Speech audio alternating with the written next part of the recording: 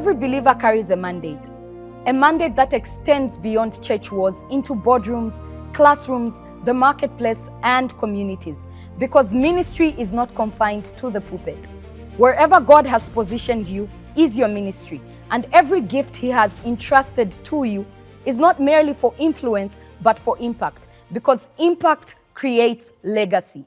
Welcome to the Mandate Podcast, where we have conversations with men and women who are faithfully expressing their calling into their different spheres of influence. I'm your host, Tandiwe Kabamba, and joining me in today's conversation is a young innovator who is carrying out his mandate by using technology and entrepreneurship to solve real-world problems and create meaningful impact. His journey reminds us that age is not a limitation when purpose meets action. I will allow him to introduce himself. Okay, thank you so much. My name is Malaizyo Muzumala, and I'm the founder of Sonka, co-founder at Landbox. I'm an award-winning AI researcher, AI in healthcare, and I lead the operations in Zambia for a US-based software development agency. Wow, welcome to the Mandate Podcast, Malaizyo. I would like to find out, what does mandate mean to you? Mandate? Yes. Well, to me, mandate means duty, in other words. It means a responsibility placed upon you. Yes. For a set of actions you must take, things which must happen by your action. Okay, so a responsibility that God has given you, yes, and you have to take action. Thank you for that. So for someone who isn't standing behind a pulpit every Sunday, what does it look like to live out a mandate through innovation and entrepreneurship? What does it look like to live out your mandate?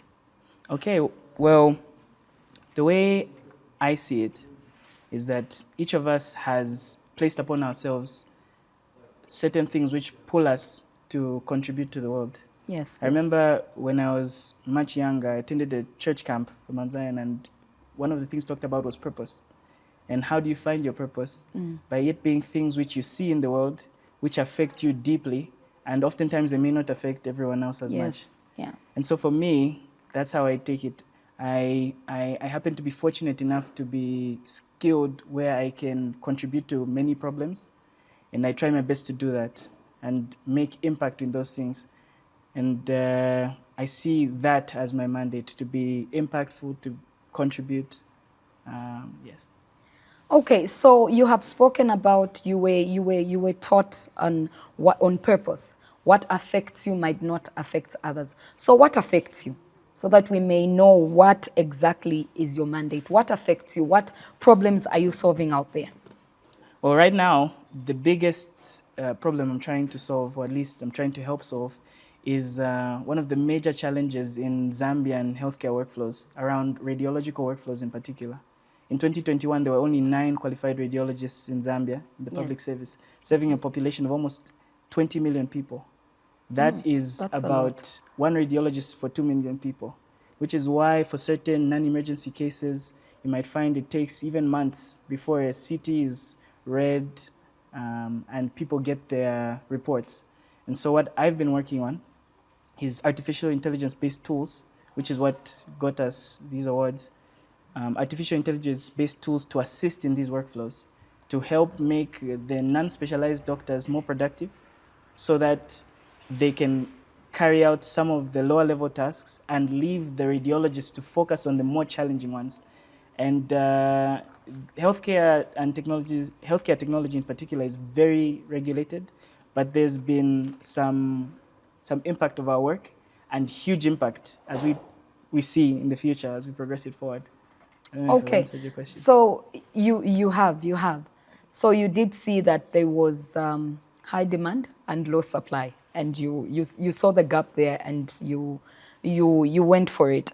At what point did you realize that your skills could be used for something bigger? Because I know that you do coding, right?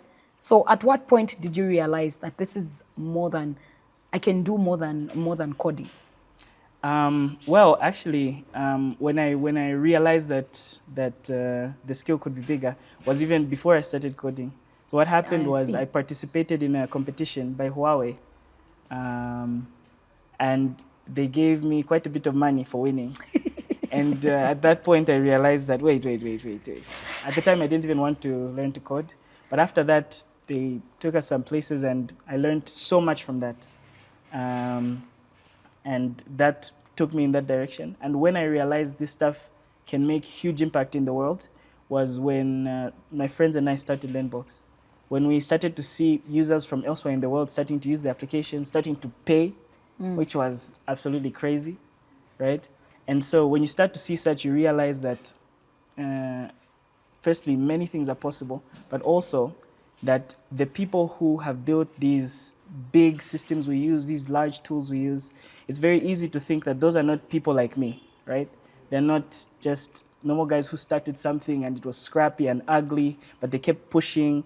And when enough people were using it, they were making enough money, they started to hire people to make it look nicer, do all the fancy stuff. You realize that it is people like you. It is things that just start somewhere. And all of a sudden, people who've gone ahead and care about what the problem you're solving is, or feel it can help other people, they start to contribute with their resources, with their time. And so when you participate in the building of something, you can learn in that process that no, these things are possible. And the people who do it are just like you. So that's something I've learned. Okay. What would you say to a young person who feels called to make an impact, but believes that they need more resources? They probably need that money that you won through that competition. What would you say to a young person who feels like they know that they can make impact, right? But they do not have resources. They are waiting to win a competition like you. Maybe tell us, did you begin from, did you wait? Did you wait to win that competition for you to go out there? Did you have enough resources? Okay, well, I'll start by answering your question right there at the end. No, so for the competition, which I just spoke about, I saw an ad and I said it was an exam. The competition was taking an exam and passing. I see. And I said, I'm not one who fails exams, so I shot for it. But for the earlier question, for young people without resources who are trying to do something, I'll give an example of myself. Before selling software, I used to sell headphones, wireless headphones. Oh. Before selling headphones, I used to sell samosas. Right? Really? Yes. And so there's been a lot of trying. And even Learnbox, an example of something where we raised quite a bit of money with Learnbox. Okay, we raised a bit of money with Learnbox. There were a good maybe 4 months or 3 months where every single day I would be cold calling maybe 50 to 100 people, trying to get them to sign up for the application. Strangers, numbers of people who I would get from Facebook for groups for money lenders and put in a spreadsheet. And when I have time, I go through, I call, hi, we have this app and whatnot, with no money, with no resources, nothing. And so I would say, I tend to notice that a lot of people think their problem is a lack of money. Yes. But in the reality, oftentimes that's not the case. Oftentimes you haven't validated that your problem is real, you're targeting the wrong people. Take a step with your own resources. It's a really big ask to go to someone with resources and tell them that, hey, I need your money to start my thing. Yes. How much have you put in? Nothing. I should be the one to carry all the risk. No, thank you. Right? And so that's something I'd say. I would say start where you are with what you have. Make those cold calls. If it's a digital solution now, there's exactly zero excuse why you can't make one. Firstly, it's gotten a lot easier with these AI tools, number one. Number Absolutely, two, yes. Number two, also, the large technology companies have given free options to start up until you reach a certain scale where you should be making enough money to keep the business running. Oh, and really? So, yes, generally, I think that, yes, start with what you have. The resources will find you along the way. People who believe in what you're doing, they spontaneously just come across you. And they endeavor with their time and resources to support that venture. And so start hard, put it everywhere. Don't be ashamed. Selling things is very shameful, I'm telling you. You know, you call someone, hi, my name is Malaizyo, I'm selling stuff. Where'd you get my number? You know? True. True. I totally agree. Thank you so much for that. And I am pretty sure for every young person who is listening, start with what you have. Age is not a limitation. What you have also, or what you don't have as well, shouldn't be your limitation. As we wrap up, Malaizyo, in one sentence, what would you say to someone who knows that they carry a mandate but has not yet started working in it? Well, I would say that one should start to look at these things. We should look at these things, the mandates we carry, as being both a gift and a responsibility. That Absolutely. if you don't nurture it, if you are a skilled artist and you do not work to build that and make something of it, you are betraying something, right? You are betraying that mandate. Look at the parable of the talents, right? You are burying it, and you don't want to do that. What you want to do is to apply yourself to it to the best of your ability, such that if it doesn't work out beyond that point, if you've attempted deeply to execute on your mandate and it doesn't work out, it should not be for lack of trying or lack of genuine effort. It must be that I did my best, I gave it my all. It was not what God intended. And so that's what I would say to that person. Start pushing now. So start pushing now. Thank you so much, Malaizyo, for being on the Mandate podcast. And your story reminds me of Bezalel in the Bible.